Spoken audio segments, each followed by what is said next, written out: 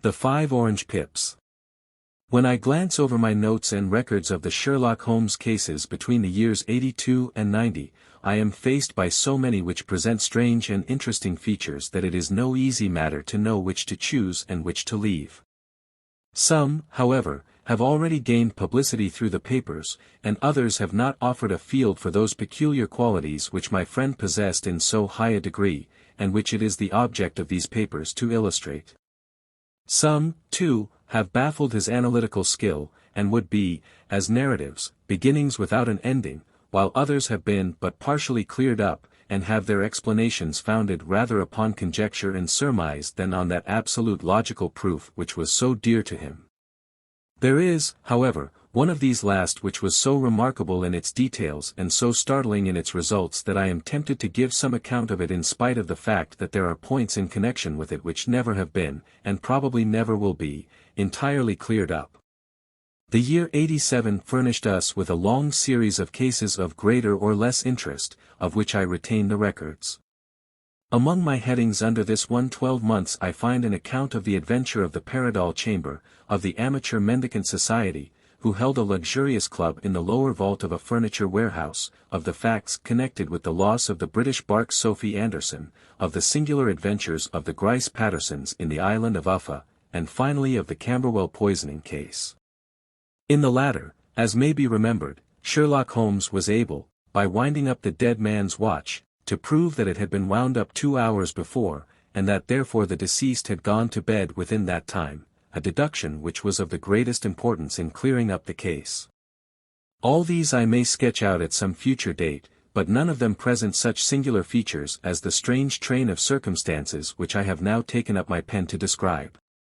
It was in the latter days of September, and the equinoctial gales had set in with exceptional violence. All day the wind had screamed and the rain had beaten against the windows, so that even here in the heart of great, handmade London we were forced to raise our minds for the instant from the routine of life and to recognize the presence of those great elemental forces which shriek at mankind through the bars of his civilization, like untamed beasts in a cage. As evening drew in, the storm grew higher and louder, and the wind cried and sobbed like a child in the chimney. Sherlock Holmes sat moodily at one side of the fireplace cross-indexing his records of crime, while I at the other was deep in one of Clark Russell's fine sea stories until the howl of the gale from without seemed to blend with the text, and the splash of the rain to lengthen out into the long swash of the sea waves.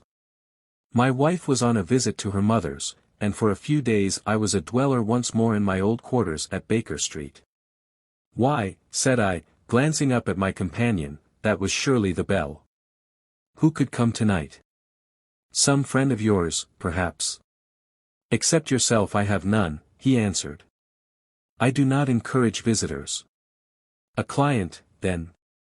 "If so, it is a serious case.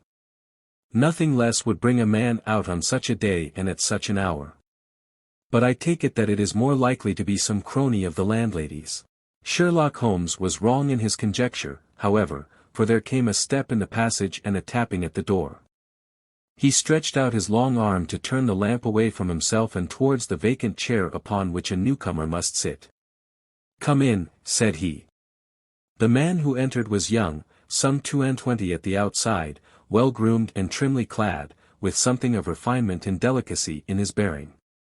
The streaming umbrella which he held in his hand, and his long shining waterproof told of the fierce weather through which he had come. He looked about him anxiously in the glare of the lamp, and I could see that his face was pale and his eyes heavy, like those of a man who is weighed down with some great anxiety. "I owe you an apology," he said, raising his golden pince-nez to his eyes. "I trust that I am not intruding. I fear that I have brought some traces of the storm and rain into your snug chamber." "Give me your coat and umbrella," said Holmes. "They may rest here on the hook and will be dry presently. You have come up from the southwest, I see." "Yes, from Horsham. That clay and chalk mixture which I see upon your toe caps is quite distinctive. I have come for advice." "That is easily got." "And help." "That is not always so easy." "I have heard of you, Mr. Holmes. I heard from Major Prendergast how you saved him in the Tankerville Club scandal. Ah, of course. He was wrongfully accused of cheating at cards. He said that you could solve anything. He said too much. That you are never beaten. I have been beaten 4 times, 3 times by men, and once by a woman. But what is that compared with the number of your successes? It is true that I have been generally successful. Then you may be so with me.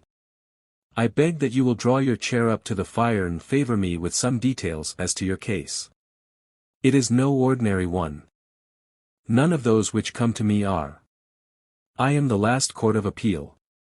And yet I question, sir, whether, in all your experience, you have ever listened to a more mysterious and inexplicable chain of events than those which have happened in my own family.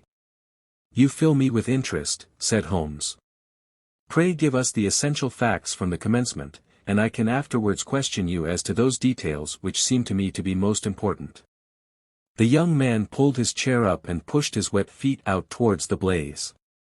My name, said he, is John Openshaw, but my own affairs have, as far as I can understand, little to do with this awful business. It is a hereditary matter, so in order to give you an idea of the facts, I must go back to the commencement of the affair. You must know that my grandfather had 2 sons, my uncle Elias and my father Joseph. My father had a small factory at Coventry, which he enlarged at the time of the invention of bicycling. He was a patentee of the Openshaw unbreakable tire, and his business met with such success that he was able to sell it and to retire upon a handsome competence. My uncle Elias emigrated to America when he was a young man and became a planter in Florida, where he was reported to have done very well. At the time of the war he fought in Jackson's army, and afterwards under Hood, where he rose to be a colonel. When Lee laid down his arms my uncle returned to his plantation, where he remained for 3 or 4 years. About 1869 or 1870 he came back to Europe and took a small estate in Sussex, near Horsham. He had made a very considerable fortune in the States, and his reason for leaving them was his aversion to the Negroes, and his dislike of the Republican policy in extending the franchise to them. He was a singular man, fierce and quick-tempered, very foul-mouthed when he was angry, and of a most retiring disposition. During all the years that he lived at Horsham, I doubt if ever he set foot in the town. He had a garden and 2 or 3 fields round his house, and there he would take his exercise, though very often for weeks on end he would never leave his room. He drank a great deal of brandy and smoked very heavily, but he would see no society and did not want any friends, not even his own brother. He didn't mind me, in fact, he took a fancy to me, for at the time when he saw me first I was a youngster of 12 or so. This would be in the year 1878, after he had been 8 or 9 years in England. He begged my father to let me live with him and he was very kind to me in his way. When he was sober he used to be fond of playing backgammon and draughts with me, and he would make me his representative both with the servants and with the tradespeople, so that by the time that I was 16 I was quite master of the house. I kept all the keys and could go where I liked and do what I liked, so long as I did not disturb him in his privacy. There was one singular exception, however, for he had a single room, a lumber room up among the attics, which was invariably locked, and which he would never permit either me or anyone else to enter. With a boy's curiosity I have peeped through the keyhole, but I was never able to see more than such a collection of old trunks and bundles as would be expected in such a room. One day, it was in March, 1883, a letter with a foreign stamp lay upon the table in front of the colonel's plate. It was not a common thing for him to receive letters, for his bills were all paid in ready money, and he had no friends of any sort. From India, said he as he took it up, Pondicherry postmark. What can this be? Opening it hurriedly, out there jumped 5 little dried orange pips, which pattered down upon his plate. I began to laugh at this, but the laugh was struck from my lips at the sight of his face. His lip had fallen, his eyes were protruding, his skin the color of putty, and he glared at the envelope which he still held in his trembling hand. K, he shrieked, and then, my God, my sins have overtaken me. What is it, uncle? I cried. Death, said he, and rising from the table he retired to his room, leaving me palpitating with horror. I took up the envelope and saw scrawled in red ink upon the inner flap, just above the gum, the letter K 3 times repeated. There was nothing else save the 5 dried pips. What could be the reason of his overpowering terror? I left the breakfast table, and as I ascended the stair I met him coming down with an old rusty key, which must have belonged to the attic, in one hand, and a small brass box, like a cash box, in the other. "They may do what they like, but I'll checkmate them still," said he with an oath. "Tell Mary that I shall want a fire in my room today, and send down to Fordham, the Horsham lawyer." I did as he ordered, and when the lawyer arrived I was asked to step up to the room. The fire was burning brightly, and in the grate there was a mass of black, fluffy ashes, as of burned paper, while the brass box stood open and empty beside it.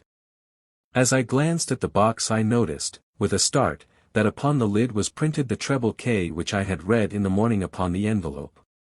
"I wish you, John," said my uncle, "to witness my will. I leave my estate, with all its advantages and all its disadvantages, to my brother, your father, whence it will, no doubt, descend to you. If you can enjoy it in peace, well and good. If you find you cannot, take my advice, my boy, and leave it to your deadliest enemy. I am sorry to give you such a two-edged thing, but I can't say what turn things are going to take. Kindly sign the paper where Mr. Fordham shows you." I signed the paper as directed, and the lawyer took it away with him. The singular incident made, as you may think, the deepest impression upon me, and I pondered over it and turned it every way in my mind without being able to make anything of it. Yet I could not shake off the vague feeling of dread which it left behind, though the sensation grew less keen as the weeks passed and nothing happened to disturb the usual routine of our lives. I could see a change in my uncle, however. He drank more than ever, and he was less inclined for any sort of society. Most of his time he would spend in his room, with the door locked upon the inside, but sometimes he would emerge in a sort of drunken frenzy and would burst out of the house and tear about the garden with a revolver in his hand, screaming out that he was afraid of no man, and that he was not to be cooped up, like a sheep in a pen, by man or devil. When these hot fits were over, however, he would rush tumultuously in at the door and lock and bar it behind him, like a man who can brazen it out no longer against the terror which lies at the roots of his soul. At such times I have seen his face, even on a cold day, glisten with moisture, as though it were new raised from a basin. Well, to come to an end of the matter, Mr. Holmes, and not to abuse your patience, there came a night when he made one of those drunken sallies from which he never came back. We found him, when we went to search for him, face downward in a little green-scummed pool, which lay at the foot of the garden. There was no sign of any violence, and the water was but 2 feet deep, so that the jury, having regard to his known eccentricity, brought in a verdict of suicide. But I, who knew how he winced from the very thought of death, had much ado to persuade myself that he had gone out of his way to meet it. The matter passed, however, and my father entered into possession of the estate, and of some £14,000, which lay to his credit at the bank. "One moment," Holmes interposed, "your statement is, I foresee, one of the most remarkable to which I have ever listened. Let me have the date of the reception by your uncle of the letter, and the date of his supposed suicide." The letter arrived on March 10, 1883. His death was 7 weeks later, upon the night of May 2. "Thank you. Pray proceed." "When my father took over the Horsham property, he, at my request, made a careful examination of the attic, which had been always locked up. We found the brass box there, although its contents had been destroyed. On the inside of the cover was a paper label, with the initials of K. repeated upon it, and letters, memoranda, receipts, and a register written beneath. These, we presume, indicated the nature of the papers which had been destroyed by Colonel Openshaw. For the rest, there was nothing of much importance in the attic save a great many scattered papers and notebooks bearing upon my uncle's life in America. Some of them were of the war time and showed that he had done his duty well and had borne the repute of a brave soldier. Others were of a date during the reconstruction of the southern states, and were mostly concerned with politics, for he had evidently taken a strong part in opposing the carpetbag politicians who had been sent down from the north. Well, it was the beginning of '84 when my father came to live at Horsham, and all went as well as possible with us until the January of '85. On the fourth day after the new year I heard my father give a sharp cry of surprise as we sat together at the breakfast table. There he was, sitting with a newly opened envelope in one hand and 5 dried orange pips in the outstretched palm of the other one. He had always laughed at what he called my cock and bull story about the colonel, but he looked very scared and puzzled now that the same thing had come upon himself. "Why, what on earth does this mean, John?" he stammered. My heart had turned to lead. "It is K, said I. He looked inside the envelope. "So it is," he cried. "Here are the very letters. But what is this written above them?" "Put the papers on the sundial," I read, peeping over his shoulder. "What papers?" "What sundial?" he asked. "The sundial in the garden." "There is no other," said I, "but the papers must be those that are destroyed." "Pooh," said he, gripping hard at his courage. "We are in a civilized land here, and we can't have tomfoolery of this kind. Where does the thing come from?" "From Dundee," I answered, glancing at the postmark. "Some preposterous practical joke," said he. "What have I to do with sundials and papers? I shall take no notice of such nonsense." "I should certainly speak to the police," I said. "And be laughed at for my pains." "Nothing of the sort." "Then let me do so." "No, I forbid you. I won't have a fuss made about such nonsense." It was in vain to argue with him, for he was a very obstinate man. I went about, however, with a heart which was full of forebodings. On the third day after the coming of the letter my father went from home to visit an old friend of his, Major Freebody, who is in command of one of the forts upon Portsdown Hill. I was glad that he should go, for it seemed to me that he was farther from danger when he was away from home. In that, however, I was in error. Upon the second day of his absence I received a telegram from the Major, imploring me to come at once. My father had fallen over one of the deep chalk pits which abound in the neighborhood, and was lying senseless, with a shattered skull. I hurried to him, but he passed away without having ever recovered his consciousness. He had, as it appears, been returning from Fareham in the twilight, and as the country was unknown to him, and the chalk pit unfenced, the jury had no hesitation in bringing in a verdict of death from accidental causes. Carefully as I examined every fact connected with his death, I was unable to find anything which could suggest the idea of murder. There were no signs of violence, no footmarks, no robbery, no record of strangers having been seen upon the roads. And yet I need not tell you that my mind was far from at ease, and that I was well nigh certain that some foul plot had been woven round him. In this sinister way I came into my inheritance. You will ask me why I did not dispose of it.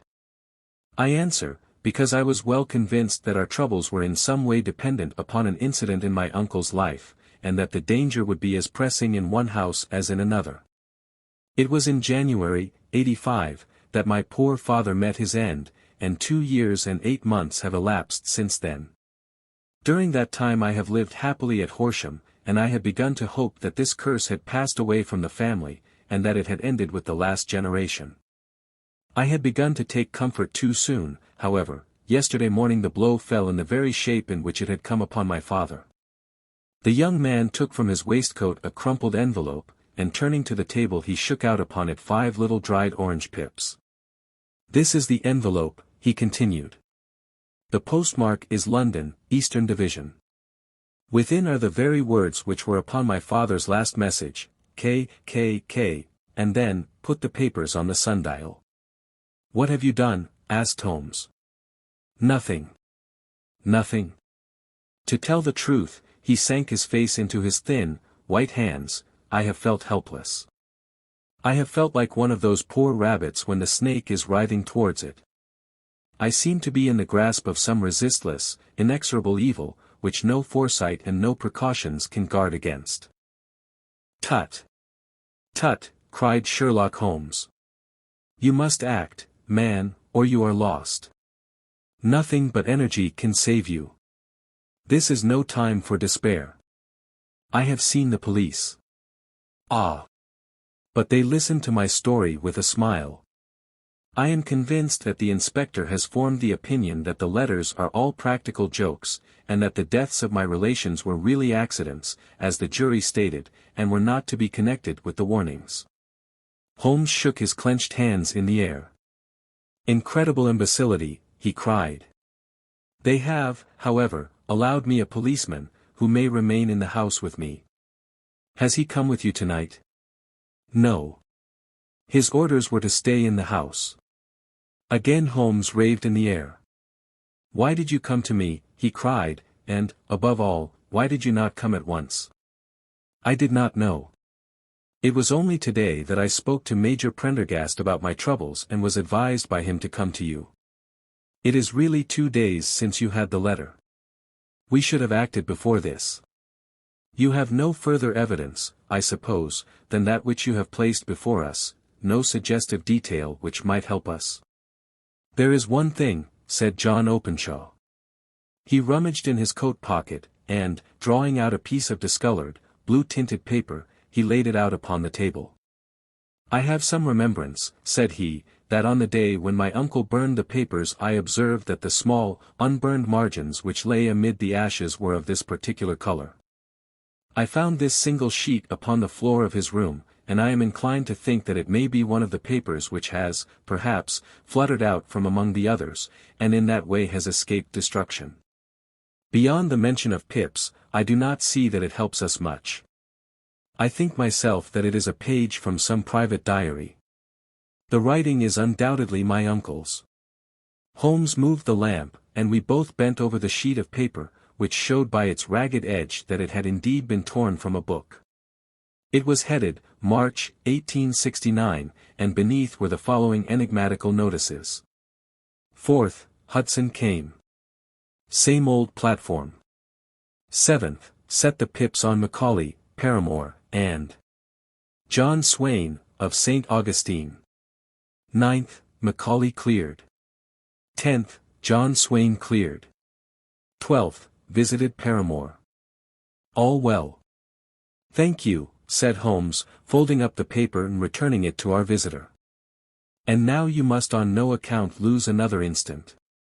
We cannot spare time even to discuss what you have told me. You must get home instantly and act. What shall I do? There is but one thing to do. It must be done at once. You must put this piece of paper which you have shown us into the brass box which you have described. You must also put in a note to say that all the other papers were burned by your uncle, and that this is the only one which remains. You must assert that in such words as will carry conviction with them. Having done this, you must at once put the box out upon the sundial, as directed. Do you understand? Entirely. Do not think of revenge, or anything of the sort, at present. I think that we may gain that by means of the law, but we have our web to weave, while theirs is already woven. The first consideration is to remove the pressing danger which threatens you. The second is to clear up the mystery and to punish the guilty parties. I thank you, said the young man, rising and pulling on his overcoat. You have given me fresh life and hope. I shall certainly do as you advise. Do not lose an instant. And, above all, take care of yourself in the meanwhile, for I do not think that there can be a doubt that you are threatened by a very real and imminent danger. How do you go back? By train from Waterloo. It is not yet 9. The streets will be crowded, so I trust that you may be in safety. And yet you cannot guard yourself too closely. I am armed. That is well. Tomorrow I shall set to work upon your case. I shall see you at Horsham, then. No, your secret lies in London. It is there that I shall seek it. Then I shall call upon you in a day, or in 2 days, with news as to the box and the papers. I shall take your advice in every particular. He shook hands with us and took his leave. Outside the wind still screamed and the rain splashed and pattered against the windows. This strange, wild story seemed to have come to us from amid the mad elements, blown in upon us like a sheet of seaweed in a gale, and now to have been reabsorbed by them once more. Sherlock Holmes sat for some time in silence, with his head sunk forward and his eyes bent upon the red glow of the fire. Then he lit his pipe, and leaning back in his chair he watched the blue smoke rings as they chased each other up to the ceiling. "I think, Watson," he remarked at last, "that of all our cases we have had none more fantastic than this. Save, perhaps, the sign of 4. Well, yes. Save, perhaps, that. And yet this John Openshaw seems to me to be walking amid even greater perils than did the Sholtos. But have you," I asked, "formed any definite conception as to what these perils are?" "There can be no question as to their nature," he answered. "Then what are they? Who is this K, and why does he pursue this unhappy family?" Sherlock Holmes closed his eyes and placed his elbows upon the arms of his chair, with his fingertips together. "The ideal reasoner," he remarked, "would, when he had once been shown a single fact in all its bearings, deduce from it not only all the chain of events which led up to it but also all the results which would follow from it. As Cuvier could correctly describe a whole animal by the contemplation of a single bone, so the observer who has thoroughly understood one link in a series of incidents should be able to accurately state all the other ones, both before and after. We have not yet grasped the results which the reason alone can attain to. Problems may be solved in the study which have baffled all those who have sought a solution by the aid of their senses. To carry the art, however, to its highest pitch, it is necessary that the reasoner should be able to utilize all the facts which have come to his knowledge, and this in itself implies, as you will readily see, a possession of all knowledge, which, even in these days of free education and encyclopedias, is a somewhat rare accomplishment. It is not so impossible, however, that a man should possess all knowledge which is likely to be useful to him in his work, and this I have endeavored in my case to do. If I remember rightly, you on one occasion, in the early days of our friendship, defined my limits in a very precise fashion. Yes, I answered, laughing. It was a singular document. Philosophy, astronomy, and politics were marked at 0, I remember. Botany variable, geology profound as regards the mud stains from any region within 50 miles of town, chemistry eccentric, anatomy unsystematic, sensational literature and crime records unique, violin player, boxer, swordsman, lawyer, and self-poisoner by cocaine and tobacco. Those, I think, were the main points of my analysis. Holmes grinned at the last item. "Well," he said, "I say now, as I said then, that a man should keep his little brain attic stocked with all the furniture that he is likely to use, and the rest he can put away in the lumber room of his library, where he can get it if he wants it. Now, for such a case as the one which has been submitted to us tonight, we need certainly to muster all our resources. Kindly hand me down the letter K of the American Encyclopedia which stands upon the shelf beside you. Thank you. Now let us consider the situation and see what may be deduced from it. In the first place, we may start with a strong presumption that Colonel Openshaw had some very strong reason for leaving America. Men at his time of life do not change all their habits and exchange willingly the charming climate of Florida for the lonely life of an English provincial town. His extreme love of solitude in England suggests the idea that he was in fear of someone or something, so we may assume as a working hypothesis that it was fear of someone or something which drove him from America. As to what it was he feared, we can only deduce that by considering the formidable letters which were received by himself and his successors. Did you remark the postmarks of those letters? The first was from Pondicherry, the second from Dundee, and the third from London. From East London. What do you deduce from that? They are all seaports. That the writer was on board of a ship. Excellent. We have already a clue. There can be no doubt that the probability, the strong probability, is that the writer was on board of a ship. And now let us consider another point. In the case of Pondicherry, 7 weeks elapsed between the threat and its fulfillment. In Dundee it was only some 3 or 4 days. Does that suggest anything? A greater distance to travel. But the letter had also a greater distance to come. Then I do not see the point. There is at least a presumption that the vessel in which the man or men are is a sailing ship. It looks as if they always send their singular warning or token before them when starting upon their mission. You see how quickly the deed followed the sign when it came from Dundee. If they had come from Pondicherry in a steamer they would have arrived almost as soon as their letter. But, as a matter of fact, 7 weeks elapsed. I think that those 7 weeks represented the difference between the mailboat which brought the letter and the sailing vessel which brought the writer. It is possible. More than that.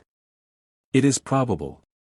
And now you see the deadly urgency of this new case, and why I urged young Openshaw to caution.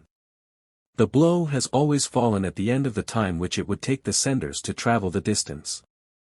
But this one comes from London, and therefore we cannot count upon delay. Good God! I cried. What can it mean, this relentless persecution?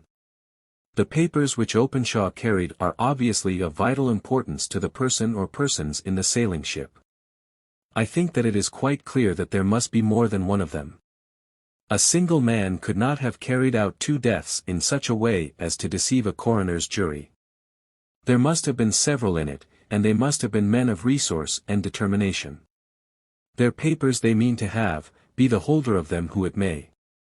In this way you see K ceases to be the initials of an individual and becomes the badge of a society.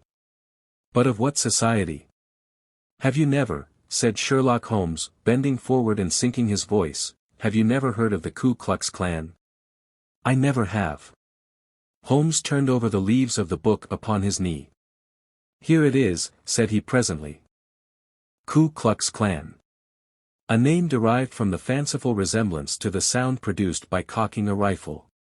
This terrible secret society was formed by some ex-Confederate soldiers in the southern states after the Civil War, and it rapidly formed local branches in different parts of the country, notably in Tennessee, Louisiana, the Carolinas, Georgia, and Florida. Its power was used for political purposes, principally for the terrorizing of the Negro voters and the murdering and driving from the country of those who were opposed to its views. Its outrages were usually preceded by a warning sent to the marked man in some fantastic but generally recognized shape, a sprig of oak leaves in some parts, melon seeds or orange pips in others. On receiving this the victim might either openly abjure his former ways, or might fly from the country. If he braved the matter out, death would unfailingly come upon him, and usually in some strange and unforeseen manner. So perfect was the organization of the society, and so systematic its methods, that there is hardly a case upon record where any man succeeded in braving it with impunity, or in which any of its outrages were traced home to the perpetrators. For some years the organization flourished in spite of the efforts of the United States government and of the better classes of the community in the South. Eventually, in the year 1869, the movement rather suddenly collapsed, although there have been sporadic outbreaks of the same sort since that date. You will observe, said Holmes, laying down the volume, that the sudden breaking up of the society was coincident with the disappearance of Openshaw from America with their papers. It may well have been cause and effect. It is no wonder that he and his family have some of the more implacable spirits upon their track. You can understand that this register and diary may implicate some of the first men in the South, and that there may be many who will not sleep easy at night until it is recovered. Then the page we have seen is such as we might expect. It ran, if I remember right, sent the pips to A, B, and C, that is, sent the society's warning to them. Then there are successive entries that A and B cleared, or left the country, and finally that C was visited, with, I fear, a sinister result for C. Well, I think, Doctor, that we may let some light into this dark place, and I believe that the only chance young Openshaw has in the meantime is to do what I have told him. There is nothing more to be said or to be done tonight, so hand me over my violin and let us try to forget for half an hour the miserable weather and the still more miserable ways of our fellow men. It had cleared in the morning, and the sun was shining with a subdued brightness through the dim veil which hangs over the great city. Sherlock Holmes was already at breakfast when I came down. "You will excuse me for not waiting for you," said he. I foresee, a very busy day before me in looking into this case of young Openshaw's." "What steps will you take?" I asked. "It will very much depend upon the results of my first inquiries. I may have to go down to Horsham, after all." "You will not go there first?" "No, I shall commence with the city. Just ring the bell and the maid will bring up your coffee." As I waited, I lifted the unopened newspaper from the table and glanced my eye over it. It rested upon a heading which sent a chill to my heart. "Holmes," I cried, "you are too late." "Ah," said he, laying down his cup, "I feared as much." "How was it done?" He spoke calmly, but I could see that he was deeply moved. My eye caught the name of Openshaw, and the heading "Tragedy near Waterloo Bridge." Here is the account. "Between 9 and 10 last night Police Constable Cook, of the H Division, on duty near Waterloo Bridge, heard a cry for help and a splash in the water. The night, however, was extremely dark and stormy, so that, in spite of the help of several passers-by, it was quite impossible to effect a rescue.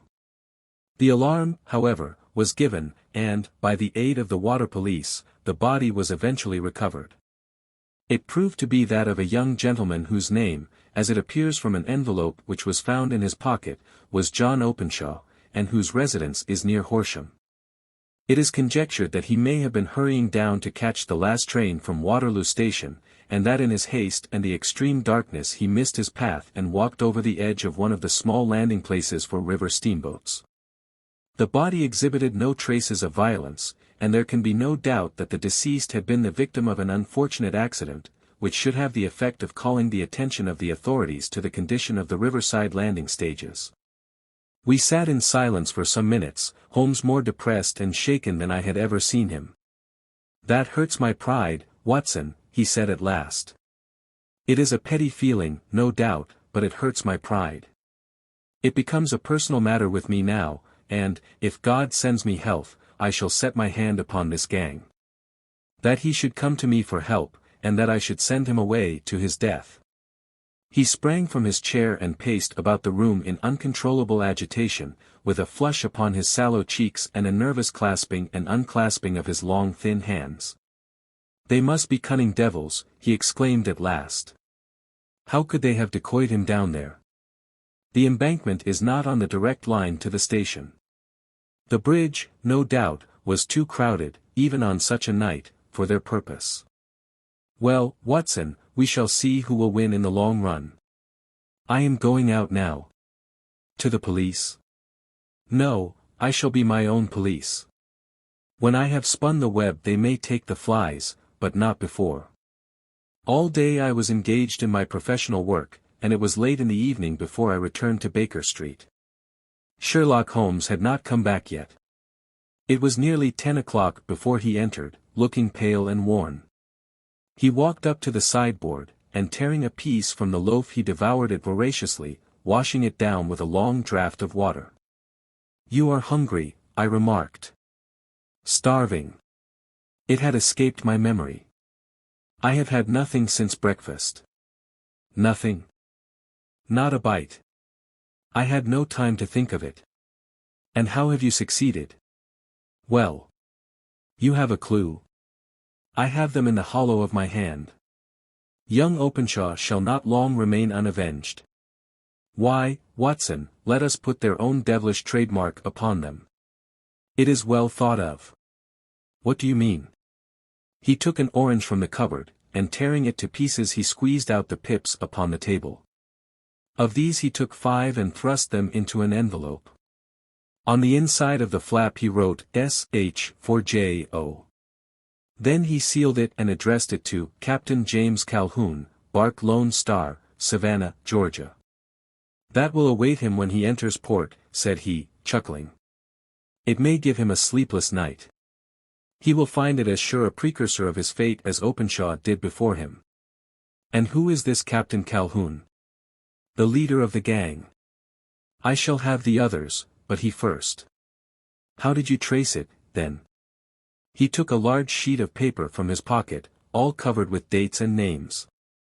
I have spent the whole day, said he, over Lloyd's registers and files of the old papers, following the future career of every vessel which touched at Pondicherry in January and February in '83. There were 36 ships of fair tonnage which were reported there during those months. Of these, one, the Lone Star, instantly attracted my attention, since, although it was reported as having cleared from London, the name is that which is given to one of the states of the Union. Texas, I think. I was not and am not sure which, but I knew that the ship must have an American origin. What then? I searched the Dundee records, and when I found that the bark Lone Star was there in January, '85, my suspicion became a certainty. I then inquired as to the vessels which lay at present in the port of London. Yes. The Lone Star had arrived here last week. I went down to the Albert Dock and found that she had been taken down the river by the early tide this morning, homeward bound to Savannah. I wired to Gravesend and learned that she had passed some time ago, and as the wind is easterly I have no doubt that she is now past the Goodwins and not very far from the Isle of Wight. What will you do, then? Oh, I have my hand upon him. He and the two mates, are as I learn, the only native-born Americans in the ship. The others are Finns and Germans. I know, also, that they were all three away from the ship last night. I had it from the stevedore who has been loading their cargo. By the time that their sailing ship reaches Savannah the mail boat will have carried this letter, and the cable will have informed the police of Savannah that these three gentlemen are badly wanted here upon a charge of murder. There is ever a flaw, however, in the best laid of human plans, and the murderers of John Openshaw were never to receive the orange pips which would show them that another, as cunning and as resolute as themselves, was upon their track. Very long and very severe were the equinoctial gales that year. We waited long for news of the Lone Star of Savannah, but none ever reached us. We did at last hear that somewhere far out in the Atlantic a shattered sternpost of a boat was seen swinging in the trough of a wave, with the letters L.S. carved upon it, and that is all which we shall ever know of the fate of the Lone Star.